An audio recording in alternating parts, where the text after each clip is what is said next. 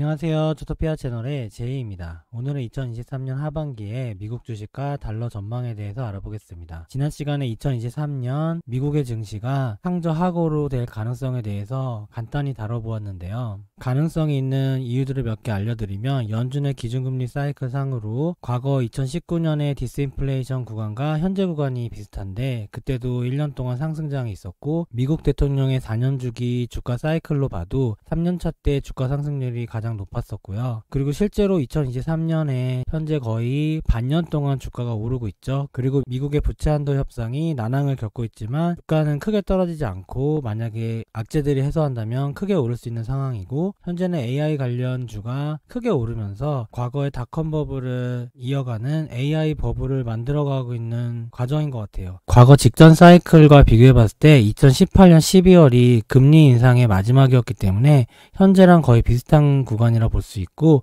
A 구간에 위치해 있고, A에서 B, C 버블의 최고점 구간에는 성장주와 가상자산이 크게 오를 수 있어요. 마지막 버블이라고 생각하면 되고, 지금은 AI 관련 주식이 그 역할을 하는 것 같아요. 그러면 자산 배분 입장에서는 항상 블래시, 바이로, 엔셀, 하이, 쌀 때 사서 비싸게 파는 걸 기본으로 하고요. 리밸런싱 하다 보면 당연히 가격이 떨어진 자산은 사게 되고, 가격이 오른 자산은 팔게 되거든요. 그래서 자산 배분 투자자는 리밸런싱 하면서 현재 구간에서는 미국채와 금, 달러, 현금의 비중이 올라가게 돼 있고, 성장주 같은 위험 자산은 크게 오르기 때문에 이익 실현하게 돼 있어요. 그래서 비중 조절의 측면에서 봤을 때 앞으로 버블의 최고점 구간에 성장주와 가상자산이 크게 반등하거나 상승한다면 비중을 줄여야 되고, 미국채와 금과 달러 비중을 높여두면 경제 위기 구간에 전체 포트폴리오를 해칭해 줄 수 있거든요. 경제 위기는 최근으로 봤을 때는 2020년 3월에 코로나19의 위기 한창을 생각하시면 돼요. 그때 미국채 TLT도 최고점을 찍었고, 금과 달러도 크게 올랐던 시기가 있었어요. 그리고 연준이 빅컷을 하고 통화정책을 크게 완화시키면 그 다음부터는 다시 금리 저점 구간이 되고, 경기가 회복하는 동안 경제 위기 때 크게 떨어졌던 성장주와 가상자산을 초반에 매입하면 금리 인상 전까지 경기 회복 구간에 상승을 하겠죠. 그래서 경제 위기가 끝난 다음에 성장주와 가상자산의 비중을 높이는 거고요. 경제 위기 구간에 미국채와 금, 달러의 가격이 많이 올랐을 거잖아요. 한꺼번에 떨어지는 게 아니라 어느 정도 오른 상태를 유지하는데, 미국채와 금과 달러는 그때 비중을 줄이면서 다시 경기가 회복하는 거에 베팅을 해서 투자를 진행하게 됩니다. 제가 하고 있는 주기적 자산 배분은 어떤 자산군들의 마켓 타이밍을 일일이 맞춘다는 개념은 아닌데, 연준의 기준금리의 사이클에 따라서 자산군의 가격이 변하기 때문에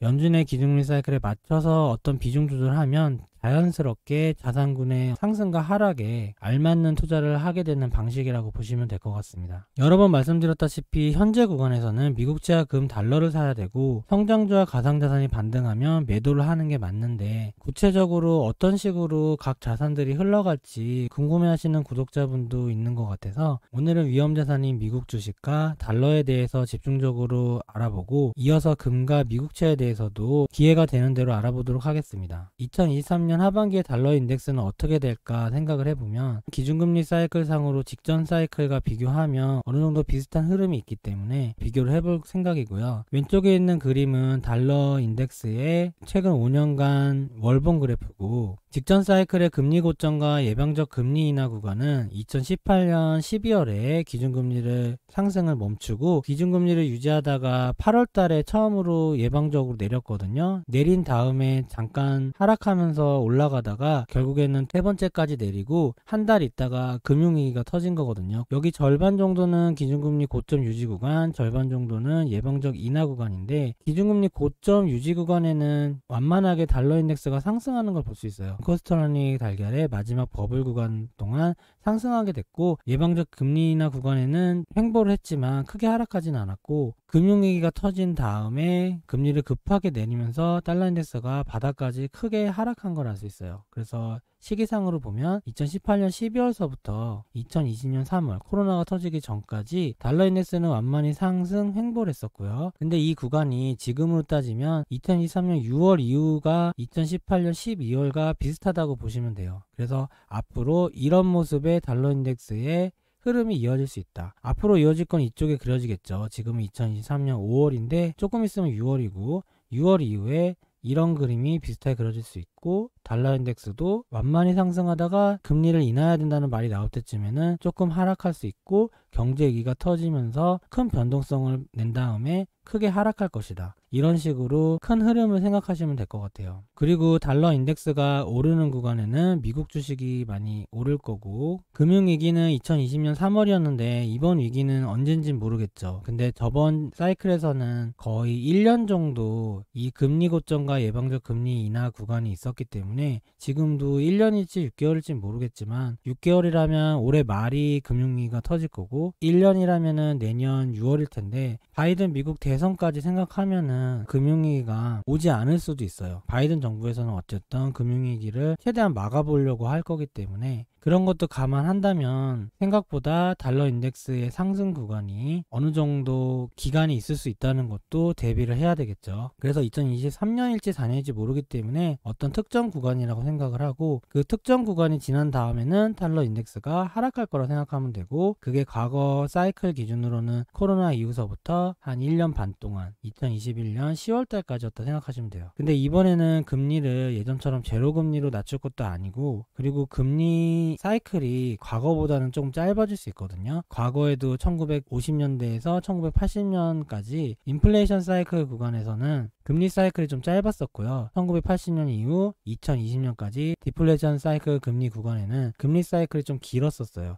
그래서 그런 걸 참고하면 앞으로 금리 사이클이 과거 직전보다는 조금 짧을 수 있다는 것도 염두를 해둬야 됩니다. 2023년 하반기에 나스닥 100 지수에 대해서 직전 사이클 데이터를 기반으로 전망을 해보면, 왼쪽에 있는 그림은 나스닥 100 그래프의 최근 5년 월봉 그래프고요. 빨간색 부분이 금리가 고점이고 예방적 금리 인하 했을 때고, 파란 색깔의 이 경계 부분이 금융위기가 터진 거거든요. 기준금리 고점인 2018년 12월이 지금 2023년 6월과 비슷하다고 했죠. 그때서부터 2020년 3월까지, 그러니까 거의 1년이 좀 넘는 기간 동안 나스닥 지수는 상승을 했어요. 근데 금융위기 때는 또 크게 하락을 했죠. 이번에 2023년에 위험자산이 오르더라도 항상 하락을 대비해서 투자해야 된다고 말씀드리는 부분이고, 위험자산의 비중을 너무 급격하게 늘려서 투자하거나 아니면 이런 하락이 없을 거라고 투자하시면은 이 하락에서 큰 낭패를 볼 수 있고요. 2019년에도 이 1년간 나스닥 지수가 반등하는 구간에 TQQQ를 이용한 투자도 되게 성행했었거든요. 근데 2018년에 이렇게 조정장이 있었잖아요. 이게 작년처럼 조정장이 있었단 말이에요. 금리 고점 직전에. 이때도 TQQQ를 투자하시는 분들이 조금 있었는데 거의 괴멸적인 타격을 입었어요. 그래서 거의 다 없어지셨다가 2019년에 반등이 시작되면서 슬슬 이제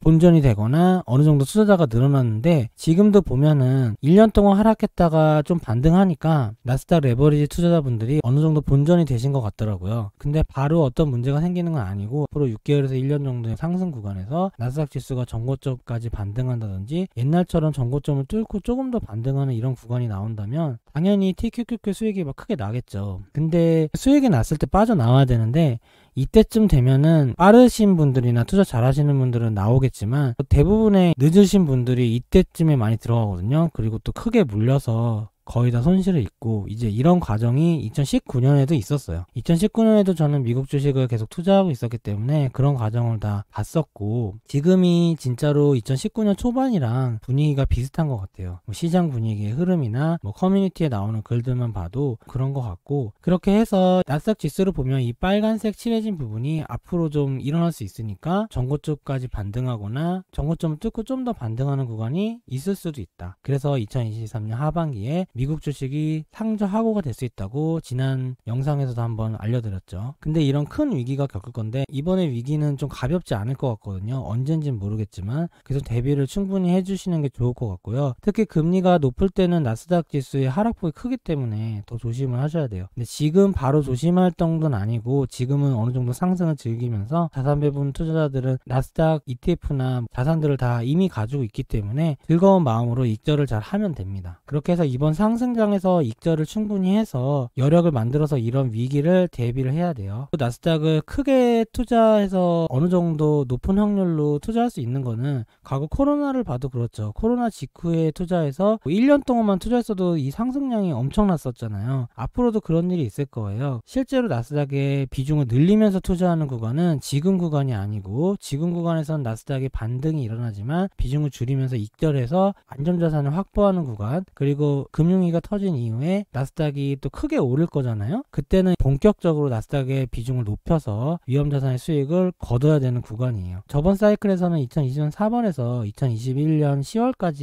있었던 일인데, 뭐 앞으로는 언젠지 모르겠죠. 이 금융위기 시기가 언젠지 모르니까요. 근데 이런 흐름을 아시고서 이번 상승장에서 투자를 하시는 게 좋습니다. 2023년의 하반기에 금에 대해서 알아보면 금 매수하신 분들이 실제로 많으시거든요. 근데 금은 조금 좀 복잡한 게 있어요. 어떤 게 복잡하냐면, 금은 달러의 경쟁자이기 때문에 미국 정부에서 달러 인덱스가 하락하려고 하면 금의 가격을 왜곡시키면서 억누르는 게 있거든요. 금리 고점에서 예방적 금리 인하 구간, 지금 똑같은 구간을 색칠을 해놓은 거예요. 금이 상승하긴 상승했죠. 근데 좀 억눌려 있다가 크게 상승했다가 억눌려 있다가 상승했다가, 좀 이런 식으로 계산식으로 상승한다 보시면 될 것 같아요. 근데 생각보다 억눌린 기간이 클 수가 있고, 달러 인덱스가 낮아지거나 금값이 올라야 될 것 같은데 금은 안 오를 때가 많아요. 그래서 생각보다 금 투자하는 게 쉬운 게 아닌데, 그리고 기대 수익률도 크지 않기 때문에 30% 정도만 상승해도 금 투자는 많이 상승한 거라고 지난 시간에도 말씀드린 적이 있는데요. 그런 식으로 금 투자는 조금 묵묵하게 좀 느린 걸음으로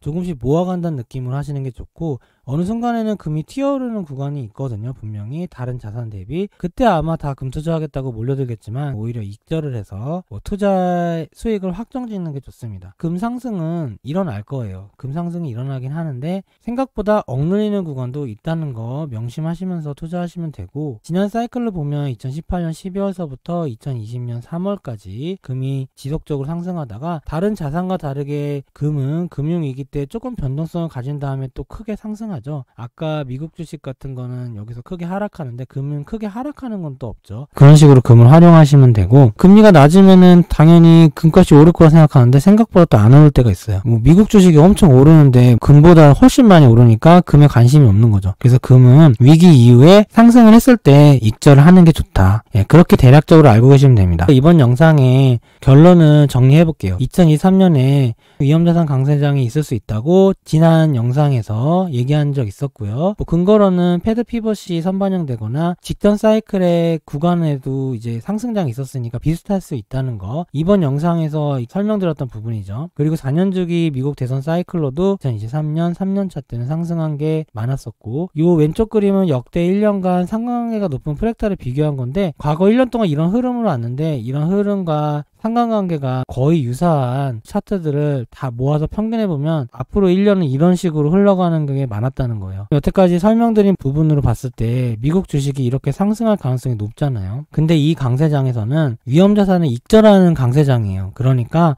위험자산 비중을 막 늘려가지고 과거 코로나 이후처럼 투자하시는 게 아니고, 지금은 가지고 있는 위험자산 익절하는 구간이다. 그리고 물린 게 있다면 본전까지 목표로 해서 크게 손해 없게 나올 수도 있겠죠. 근데 너무 서둘러서 나올 필요는 없다는 거예요. 어느 정도 오를 상황이기 때문에. 다만 여기서 욕심을 부려서 너무 비중을 높이면 나중에 크게 하락하는 구간에 큰 낭패를 볼 수 있으니까 그것만 주의하시면 돼요. 경제 위기를 꼭 대비해야 된다. 그리고 경제 위기를 대비할 때는 미국 지화 금과 달러가 필요한 거고요. 경제 위기가 온 다음에는 마음 놓고 위험자산을 많이 매수하면 돼요. 미국 지화 금을 팔고요. 근데 아직까지는 어느 정도는 위기가 안 터질 거기 때문에 상승량이 있으니까 위험자산에 좀 물려서 손해가 나고 계신 분들이라든지, 아마 대부분의 분들은 현금 여력이 지금 없을 것 같은데 현금 여력이 있어서 물타기를 할 수 있다. 그러면 아직까지는 늦지 않았겠죠. 하지만 나올 때 정말 빨리 타이밍을 잡고 나와야 돼요. 언제 터질지 모르니까 길게 장기 투자하시는 게 아니고, 상승해서 어느 정도 수익이 나면은 바로바로 익절하시면서 투자하시면 아마 큰 위험이 없으실 것 같습니다. 오늘 영상은 미국 주식과 달러를 집중적으로 다뤄보는 영상 한번 만들어 봤고요. 다음 영상에는 미국 지화 금에 대해서도 같은 방식으로 한번 다뤄보도록 하겠습니다. 오늘 영상 이만 마치겠습니다. 좋아요와 구독 부탁드립니다. 감사합니다.